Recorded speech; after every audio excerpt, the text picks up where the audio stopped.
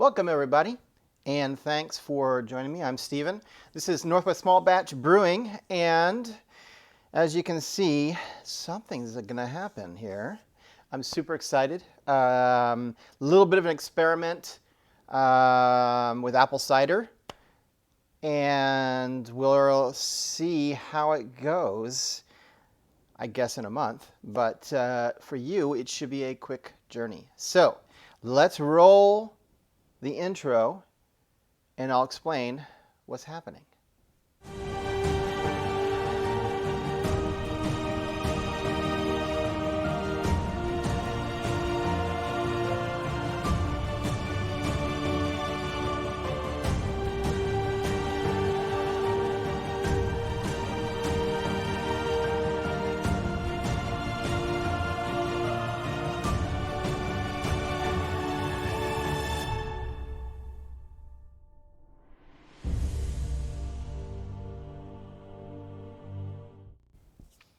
All right, welcome back.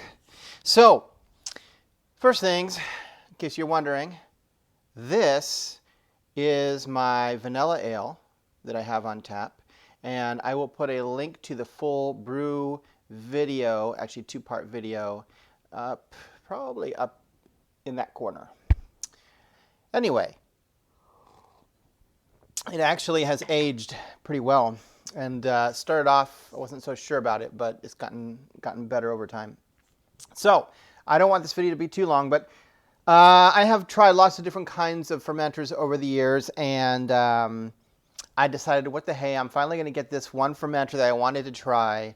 I don't do a lot of 1 gallon batches, but when I do, the problem is every 1 gallon fermenter I have, whether it's a carboy or like the open larger mouth ones, they only hold a gallon. So if you're doing a gallon batch and your fermenter holds a gallon, there's no headroom. So inevitably, every single time they blow up. They have blow off, right? You have to put a blow off tube, and you lose a significant amount of that, of what you're brewing. And if you're only doing a gallon to begin with, it's very frustrating to lose any of the product at all. So this is a fermenter I've been eyeing for a while. I just never got it because you have to pay shipping. The only place that has it, you have to pay shipping, and I wasn't willing to pay the shipping. Well, now other places have it, and I found it somewhere else a little less expensive. It just arrived today. Actually ordered 2. The reason there's only 1 sitting here is because the other one shattered. And so I'm trying to see if I can work with the company to, get it replaced. Not their fault, by the way. It was really well packaged, so I don't think it was them. I think it was probably the delivery people. I think it starts with U and ends with an S. So anyway, the reason I got this is because it's about I think it's like 1.4 gallons, so we'll just say 1.5. This is a gallon of sanitizer I have in here right now. So that gives you an idea of how much headroom is in here. So it has room to bloom as it's fermenting. I should coin that. As you can also see a little bit here, it's got a spigot. Now I will say, I lost some of this sanitizer because it is the most bizarre thing how they have this set up. Right now the spigot, as you can see, is sort of straight, right? Usually that is the way you would do it if it were open, right? That's the open position. So I had it turned so that it made a T, because the T is usually in an indication, especially with ball lock, that it's closed. Well, wrong. I went to pour in the sanitizer and it just started pouring out the spigot. So I quickly had to close the spigot, and I thought it was just a leak at first. I was like, oh my God, it's leaking, and I've barely even started. But anyway, it also came with some interesting things. So the lid has a hole in it, obviously, to put a, and I'm hoping I have a bung that fits this. Honestly, I thought it came with one. I swear it said it came with one. It also came with this top. Oh, by the way, the lid has like this, I don't know, it's kind of like styrofoam lining. So it's not great, right? It's not, it could be better. I don't really care for that, so I don't think it's going to be the best seal. Probably you could put a little bit of keg lube around this lid of it here, and that would give you a nice tight seal. It does have this little top that you can screw on, literally screw on. It's got threads, and I'm assuming that's so that you can shake the bejesus out of it to aerate before you put your yeast. Now, I don't know what this is. I honestly, truly don't know what this is. It has threads, which means that it can thread down like so, but it doesn't really thread on. I don't know. It's weird. I don't really understand. Maybe, yeah, I don't know what this is for. That's bizarre. I don't know what the point of that is, but it comes with this weird plastic cap that I'm not sure, to be honest. So there's that, right? So let's get going here before this video gets too long. So I'm making apple cider. And every year I usually make apple cider, but I usually make a sort of, so I like my apple cider sweet and effervescent. Well, the problem is that I really am not supposed to have stuff that's sweet anymore. And so I thought I'd try this little experiment similar to the brewing that the brew day I posted for ginger beer. So if you want to see a sugar-free ginger beer, look up there and I'll put a link to that. So similar idea here. What I'm going to do is make this with store-bought apple juice. You can, of course, use apple cider. You can use pressed apples yourself. I personally don't think pressed apples are going to give you as great, like a really great flavor. I'm sorry, but I think that you're not going to get as good a result. So anyway, you can do whatever kind of juice you want, but I'm going to use, boy, the light shines that. This is just Kroger brand. This one is unfiltered. It doesn't matter whether you use filtered or unfiltered, really. This is Honeycrisp Apple. The one thing you do have to be really careful of is that it doesn't have any preservatives. I will tell you this, that you can still brew and ferment stuff that has preservatives, because I have done it. I'm not going to talk too much about that because I'm going to be doing another brew day down the line at some point, and I want to keep that sort of a surprise. But it's something that people at times claim you can't do. I'm telling you, I can do it. I've done it, and I'm going to do it on my channel. In the meantime, I have here my very first, I call it my brew Bible. This is all my notes, and I had started putting like recipes in here, and then I've moved that off into a bigger thing, but I still have all of my notes and stuff in here from back in the day. Look, even the back has weird notes. Anyway, so I was going to point out, so first of all, terminology-wise, is cider a beer or is it a wine? Because if it's a beer, then your initial liquid is called your wort. But if it's a wine, it's called must. It's the same thing, but for some reason, beer makers and wine makers just felt like they couldn't use the same terminology. I would say it's closer to wine, so I would call it must. And of course, going on that line, the yeast and debris that sort of ends up on the bottom here at the end of fermentation. Obviously, if it's a beer, it's your trub. I've actually heard people call it trub. And watch, I'm probably wrong, but I'm telling you it's trub, and I'll probably always call it that. Hopefully I'm right. And with wine, it's called lees. That's with an S, like L-E-E-S-E, I believe. So it should be must and lees, in my opinion, for ciders. Because with cider, you're going to be adding sugar to up the alcohol content. We'll get to that, though. There was something I was going to tell you. Well, we'll get to it. Oh, right. I'm sorry. I was talking about not buying apple juice that has preservatives. So if you look at the ingredient list and it says if it has any ites or ates, right? We're talking about sulfite, sorbate, benzoate. Anything that ends in an ate or an ite is probably some kind of preservative. This one has filtered water, Honeycrisp apple juice. That's it. That's all. All right, so it works better, right? If it has any of those other things, you might have more difficulty with the fermentation. All right, first things first, we need to get a sample and we need to see what the gravity reading is of the apple juice, because you can't decide how much sugar. Remember the apple, so here's the thing, if you've never done this before, there's not enough sugar in apple juice, believe it or not, to actually make enough alcohol for your cider. It will be a very weak cider. So you add additional sugar. I want to say, and I'm probably going to pronounce this wrong, that the act of adding sugar to a wine to increase its alcohol is called chaptalization. You can Google it. I probably pronounced it wrong, but that's what it is. And it's a thing. So the first thing you figure out is how much, sugar is in my apple juice. What's my gravity reading? And then you figure out from there, if I have this much sugar already from the apple juice, how much more do I need to add to get to the gravity I want to get a final ABV of XYZ? I know, math sucks. Sorry, I'm sure there are people that love math, but not this guy. So we're going to do some sanitizing. And I'm going to do the spray bottle in action. Look, I've told everybody this before. The best thing in the world is putting sanitizer into a spray bottle, because you can sanitize stuff. I'm not going to use that yet. You can sanitize stuff without having to,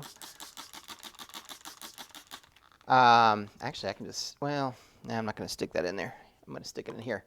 You can sanitize stuff without having to waste a lot of sanitizer, and it just makes things easier.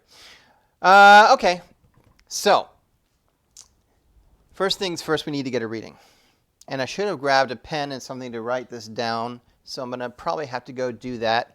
What I'll do is pour this first, see what the reading is, then I'll grab a pen, and I'll explain to you the math a little bit more on how we're going to figure out. It's a little bit of a guessing game. I'm going to be honest. It's a little bit of a guessing game to figure out how much sugar it adds. So I'm trying to move stuff out of the way so you can see. I don't know. Anyway. Oh boy. This is already starting to concern me. But by the way, if anybody's wondering, why would I sanitize all of this stuff first? The reason is because unlike beer, I'm not going to boil. I don't have to boil anything. This is already pasteurized, yeah? So I don't have to boil anything. It's ready to go. I can just pour it in the fermenter with some yeast. But that means that I have to consider this, the cold side. Now, I hope this flashlight doesn't hit anybody, but man, it can be hard to read these things, and it's a little dark in here. So this is a little trick. I also have a magnifying glass that I sometimes use. Yeah, for real. Yeah, I may even have to grab it for this one. We'll see. Let's see. So already it's higher than I anticipated. 1030, 1040. These are in each line is actually 2, at least on mine. So it keeps moving on me. 1042, 3, 4, 5, 6, 2, 4, 6, 1046 by the looks of it. Yeah. 2, 4, 6, 1046. All right. Remember that number, 1046. I will be right back. I'm going to grab a pen and a paper so we can write that down and figure out how much sugar we want to add. All right, guys, I'm back. So I'm sort of in shock here because I've always had to add extra sugar to get my ABV where I want it. But now that I think about it, I always added extra sugar because I was aiming for, this is back when I was making wine and mead, so I was aiming for like much higher alcohol content, like 10%, 11%, whatever. So here's the deal. I'm aiming for more like 4.5 to 5% for this. Why it's so low? Here's the thing about apple cider. Apples have a tendency when they're fermented at a higher alcohol to have a very young or green flavor when they're done fermenting, which means that they need to be aged. So the problem is you don't really want to age apple cider, but if it's a high ABV, you're going to have to, or it's just going to have a taste. You'll know it when you taste it. So I actually got out my magnifying glass that I told you about, and confirmed it is absolutely 1046 for the starting gravity number. So I went out to see, okay, well, if starting gravity, original gravity is 1046, and let's assume that this completely ferments out, which it probably will. So you end up with a 1, or maybe even a little lower. Sometimes they ferment down to like 0.998. So assuming that it goes down to a 1, that will give me a final alcohol by volume of 6.4%. All right? So 6.04, which is actually higher than I want. So the only thing I could do to change that alcohol content to get it lower would be to water this down, right? To add water to this to get it, and then it would increase the volume. Anyway, I don't want to do that. I don't want to water it down. So I'm just going to go with 6%. It may not fully, I actually hope it doesn't fully ferment out, because I actually want it to be on the sweet side. And so anyway, let me explain for those of you who are wondering. Let's say you get a juice that doesn't have as much sugar as this, and you're wondering, how do I figure out how much sugar to put in to get to the alcohol volume I want at the end? So there's a little bit. So first of all, I did find a website that you're supposed to be able to put in, 1 liter or 1 gallon or whatever, and then how much your current gravity is, which is from the juice, and then what you want it to be at the end, and it will tell you how much sugar you need to add. I don't know if it's accurate because I've never used it. I've always used this particular formula here, which is for every pound of sugar you put in. So 16 ounces, pints a pound, world around. So for every pound of white sugar you put in per gallon, it's going to up your gravity 0.046 or 1046. So you can kind of use that as a baseline for, okay, how much more sugar do I need to add if I want to get my gravity number up to this? So you have to use that sort of formula along with the calculator online, and I'll put both of those in the description, that says, hey, if this is my starting gravity and if my ending gravity is going to be 1, what would the ABV be? And you can play with those numbers by adding more sugar. Anyway, let's get on with this, since I'm not going to add any sugar, which I'm still sort of bamboozled. It's not what I expected. This is going in because it's been sanitized. I'm only making a gallon of this, so I'm not going to waste it. That being said, let me tell you something. So, so you're probably wondering, well, what's the experiment? So I would, in the past, always back sweeten with more apple juice, and then I would pasteurize.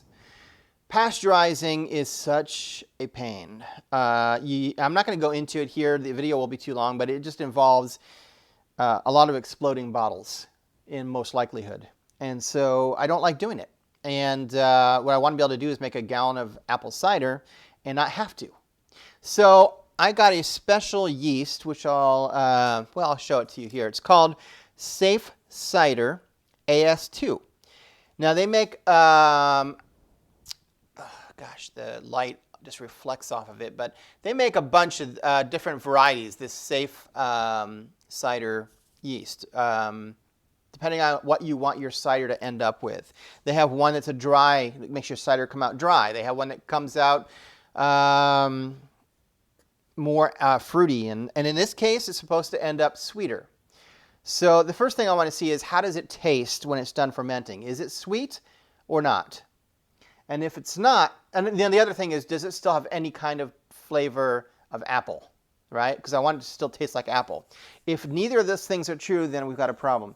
I'm thinking I can, my plan is, if I want it sweeter, I'll back sweeten it with allulose, which is my preferred non-fermentable sugar that has 0 calories, that's good for like diabetics and stuff, right? So I may end up back sweetening with allulose. But I'm hoping that this yeast will be an interesting idea, because I've never made, I've always just used whatever, you know, ale yeast or whatever I can find. And of course, I'm going to put this somewhere where if it does leak for whatever reason, it's in a bucket, and that shouldn't be a problem. Look at the unfiltered. I like that. It's a good sign. Oh, it smells fantastic. Okay, so we're going to pour this in. I sort of have my way of doing it. You could put the yeast in at this point as well, and then shake it up. For some reason, I guess that's what I'll do, because then I won't have to open it again. You know, I just realized I'm going to have to try to find, I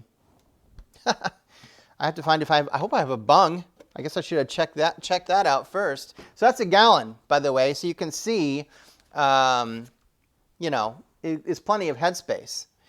Okay, so yeah, you know what? I'm going to throw the yeast in, and then we'll shake the bejesus out of it, because it needs air, right? It needs oxygen. And then I'm going to go look for a bong and an airlock. Well, I mean, I have an airlock, but that's so bizarre. They told me, and you know what? Is this one of those yeast packets that doesn't easy open or what? Oh, the criminy. All right, I will be right back. I'm going to get some scissors and see if I can find a bung that will fit the lid.